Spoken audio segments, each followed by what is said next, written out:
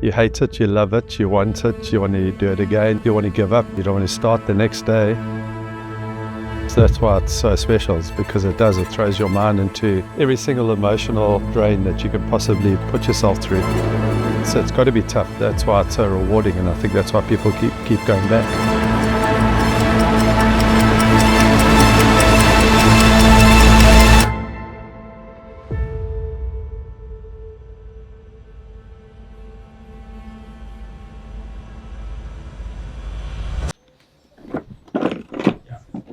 You see my feet. Training for a Cape Epic starts in December the year prior. You really want to get your base miles in. Cape Epic can throw any kind of condition at you. I think that's what makes it so challenging, is you can ride the routes, but you're really at the mercy of the elements and the weather and the conditions that are thrown your way. So what's so nice about Cape Epic is having that end goal of this crazy stage race in March. From December, you really get committed to it and get your base miles in, and it's really nice to be in the Western Cape from January to March, because you have the privilege or the opportunity to head out to these towns over the weekend. It's Greyton.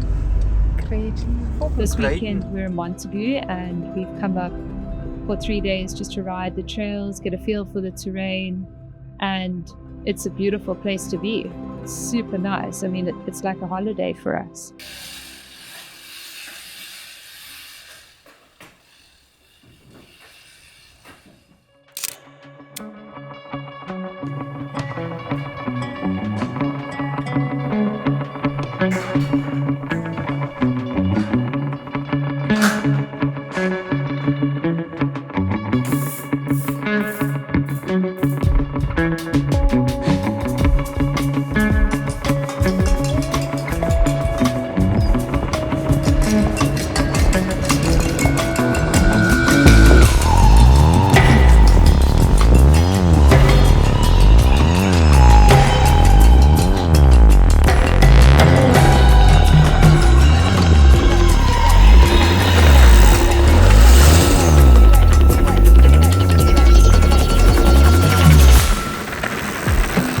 We make Cape Epic training.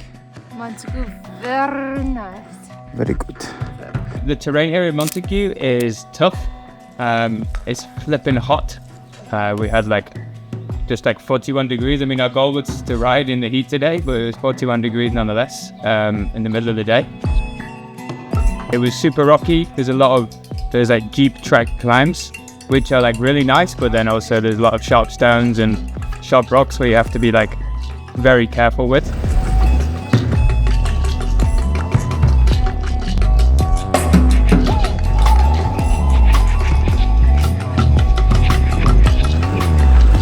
Yeah, I didn't see any tortoises though. I would have loved to have seen a tortoise. We're in that part of the world where tortoises are here, but maybe tomorrow. Yeah? So we saw my tortoise. Waiters. The tortoise. The boy, how's it?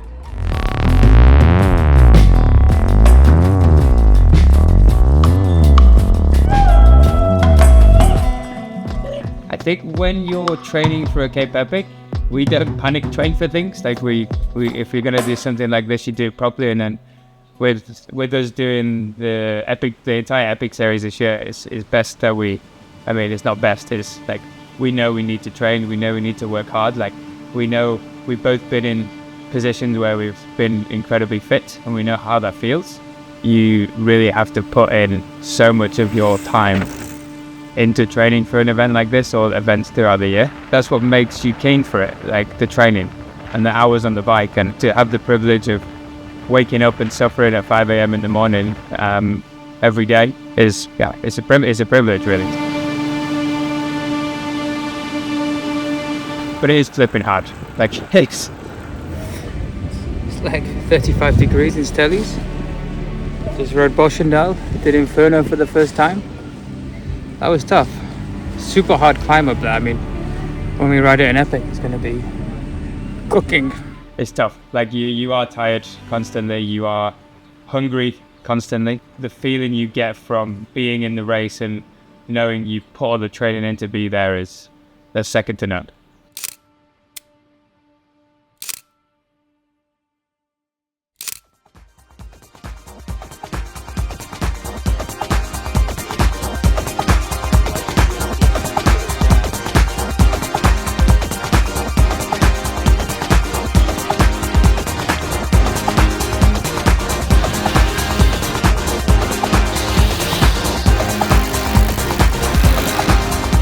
So I've always loved mountain biking, but I'm not a natural talent when it comes to being fearless on a mountain bike.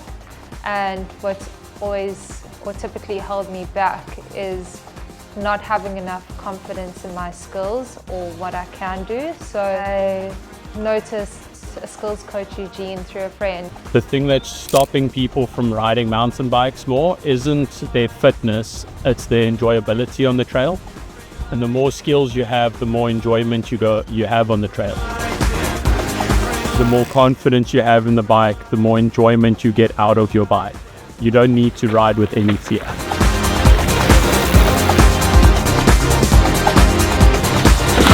Working with Eugene has given me the confidence to be able to achieve certain technical things that I never thought I could. Your body likes following your eyes.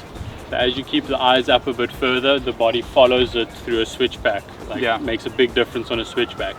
Having him speak through basic techniques and basic skills that you need to be conscious of, the difference that it has made with regards to my riding has been huge. I was actually descending wrong to start with anyway. So to be told that and realize, oh, you're actually like riding the bike wrong on the first session, then you go, okay, because I'm a confident descender, I have a no fear approach, but to then be able to go in with confidence that you're riding the bike correctly and to be able to feel the bike and know exactly where you need to put it, you can't pay for that.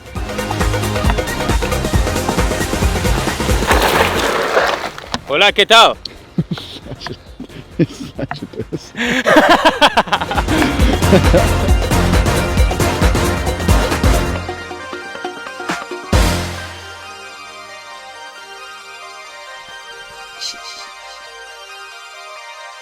There was a little drawing of a heart next to that, followed by an exclamation mark. Back of his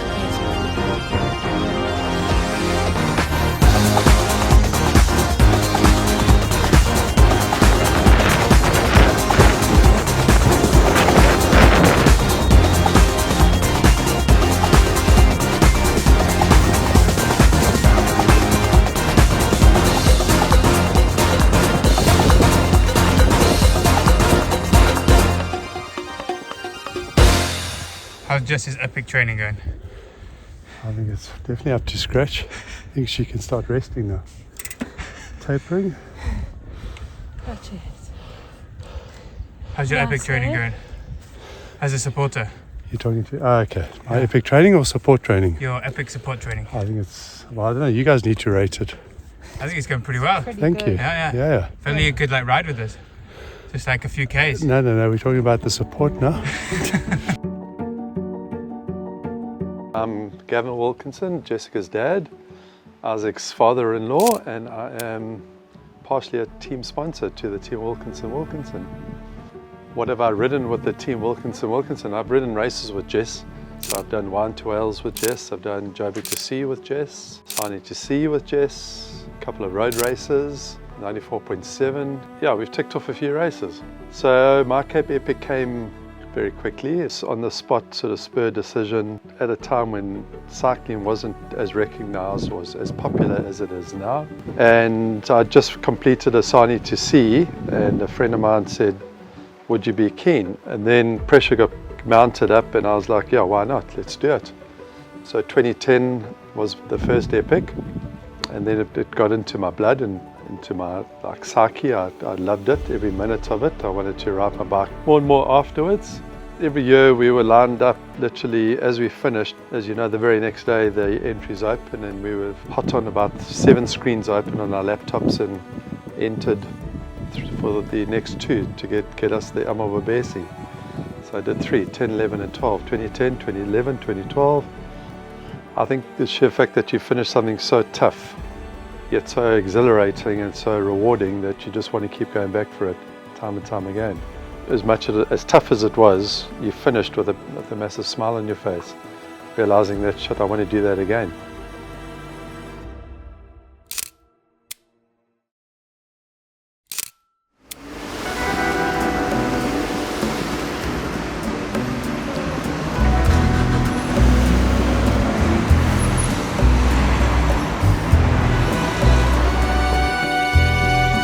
We received our new bikes from Giant and Liv this year, and so the first thing we did was take them for a bike fit with Dan Loebscher at Freewheel Psychology. Obviously on the stand now, it's kind of positive on the nose. Yes. Presumably you might be like sliding back and then overextended in the arms. So we'll see when you hop on, but I think being comfortable in your bike is like one of the first steps to success. Like, you're spending most of your time sitting on your bicycle, and if it's not feeling 100%, then you're not going to have a good day. So Dan was able to fix us up to the machines and like can't exactly explain what all those technical aspects were. Plastic figure. That's me! Changes that seemed really small at the time, but the difference that I felt going out to my bike on the weekend was really big. still on the level platform now. Where now we've shifted you up and forward, and you've like able to drop the ankle down more. So it's like a more powerful position over the front of the bike now. We rode Tanko Trek with the bikes with no fit, and then the week after we knew what the niggles were from the bikes, so then we dialed them in with Dan and yeah, got them feeling super nice. Good, like your back angle is already super negative at the moment. So our range is from 50 to 65, like Jess is at 52. Because you have so much drop on this frame, yours is at 43. Oh, wow. So you're like 7 degrees underneath the range. It's good to be feeling strong and fit and know you're getting the most out of the bike and the most out of your body position when you're riding. You can hop off there, I just want to check the saddle straight. It looks good though.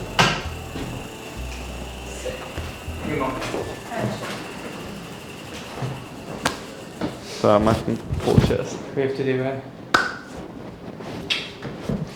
Very good. From the best.